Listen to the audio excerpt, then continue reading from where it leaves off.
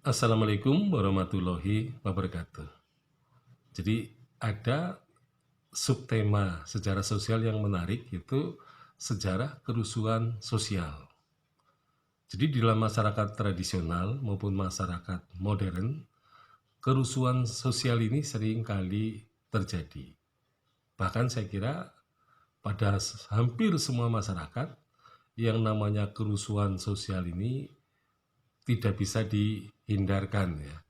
Nah, jadi kerusuhan sosial ini umpamanya karena terjadi ya ketidakpuasan ya masyarakat terhadap misalnya kebijaksanaan dari pemerintah atau atasan. Nah, sehingga mereka kemudian melakukan semacam perlawanan dalam bentuk kekerasan. Atau bisa juga karena mereka mengalami semacam tekanan hidup yang berat ya. Nah, yang sering terjadi adalah dengan adanya perubahan kebudayaan yang kemudian perubahan itu juga menyerang kehidupan masyarakat di desa, sehingga masyarakat kemudian merasa tidak nyaman lagi dalam keadaan seperti itu. Nah, sehingga mereka kemudian melakukan perlawanan, dan yang dijadikan objek sasaran biasanya adalah si penyebab dari tekanan itu.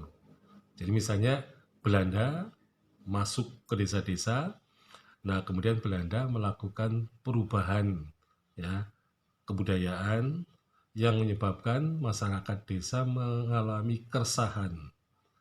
Nah, ketika mereka resah, ya mereka kemudian melakukan upaya agar keresahan itu bisa dihilangkan dengan cara melakukan ya peperangan atau melakukan balasan ya, atau katakanlah berusaha untuk menghentikan ya perubahan itu dengan cara kekerasan. Nah, sehingga terjadi kerusuhan sosial yang sebenarnya merupakan cetusan yang sebenarnya bersifat ya sporadis gitu ya. Nah, sehingga kemudian kerusuhan-kerusuhan itu akan terjadi berulang kali ya, atau karena berdasarkan pengalaman mereka terutama dalam menghadapi krisis-krisis. Jadi ketika krisis-krisis menghajar mereka, maka mereka tentu saja tidak siap ya, atau mereka tidak mempunyai langkah-langkah ya untuk menghadapi krisis itu, sehingga krisis itu dianggap suatu bentuk perubahan kebudayaan yang mereka sendiri belum mempunyai solusinya. Nah, akibat mereka tertekan, solusi belum memilikinya, maka langkah yang paling mudah adalah melakukan kekerasan, terutama bagi pihak-pihak yang dianggap telah mengubah ya, mengubah kehidupan yang baru.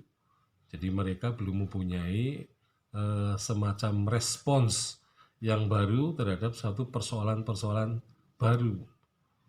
Ya, jadi keresahan itu seringkali ditumpahkan dalam bentuk perlawanan atau kekerasan terhadap misalnya para penguasa. Nah, kalau zaman itu seringkali terjadi pada masa kolonial, sehingga pada masa kolonial sering terjadi pertumpahan darah karena rakyat melakukan perlawanan terhadap penjajah. Tetapi sebenarnya bukan untuk mengusir penjajah, tetapi mereka paling tidak untuk mengembalikan kondisi yang tertekan menjadi kondisi yang nyaman. Ya, tetapi seringkali pemerintah kolonial menganggap bahwa mereka melakukan perlawanan karena ada rasa antipati terhadap mereka. Meskipun sebenarnya hal itu tidak bisa dibuktikan. Sekian, Assalamualaikum warahmatullahi wabarakatuh.